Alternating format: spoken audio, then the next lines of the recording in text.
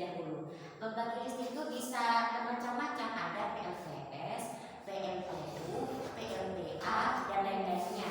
Jika ada PLTN juga, pembangkit listrik tenaga nuklir, pembangkit listrik tenaga surya, maksudnya itu dengan cahaya mataharinya. Itu yang ketiga bisa memakai dengan pembangkit listrik tenaga batu bara.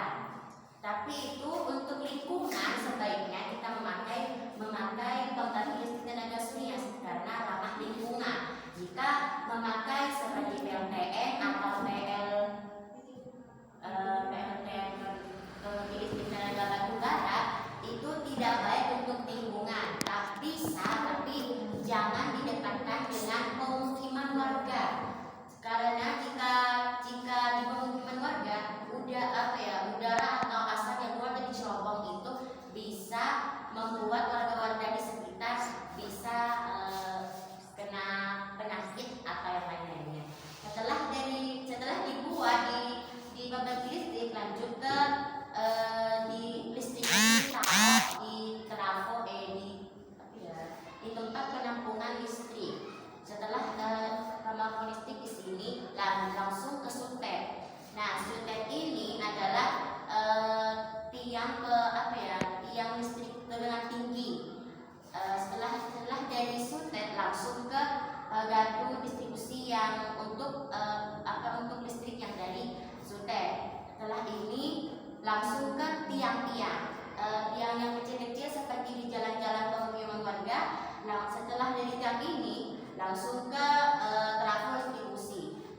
Trafo distribusi langsung ke lampu-lampu yang ada di jalan. Setelah dari lampu-lampu di jalan langsung ke pemukiman warga seperti rumah. Nah, sekarang aku ingin menjelaskan sekarang teman saya ingin menjelaskan apa yang dinamakan pembangkit listrik, apa yang dinamakan trafo distribusi, apa yang dinamakan trafo, apa yang dinamakan tiang gas ini. Pembangkit listrik adalah sekumpulan peralatan dan mesin yang digunakan untuk membangkitkan energi listrik melalui proses transformasi energi dari sebagai sumber energi. Sebagai besar jenis pembangkit listrik menghasilkan tegangan listrik arus bolak-balik 3 fase. Yang digerdu induk penaik tegangan adalah gerdu induk yang berfungsi untuk menaikkan tegangan, yaitu tegangan pembangkitan generator dinaikkan menjadi tegangan sistem. Jadi setelah pembangkit listrik langsung di sini dan langsung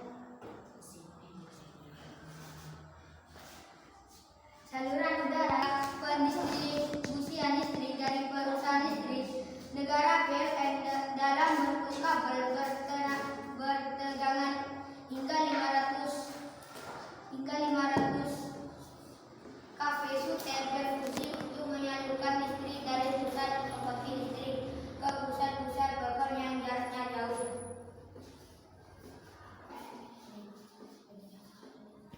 Saya langsung ke fungsi gardu distribusi yang menurunkan tegangan pelayanan yang lebih tinggi menjadi tegangan yang lebih rendah.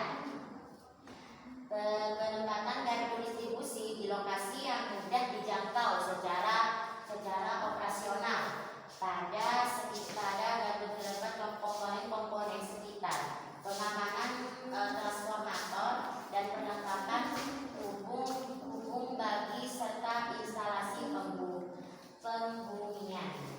Jadi kalau ingin membuat atau ingin membangun pembangkit listrik dan trafo distribusi dan sutet itu pilih tempat terlebih dahulu.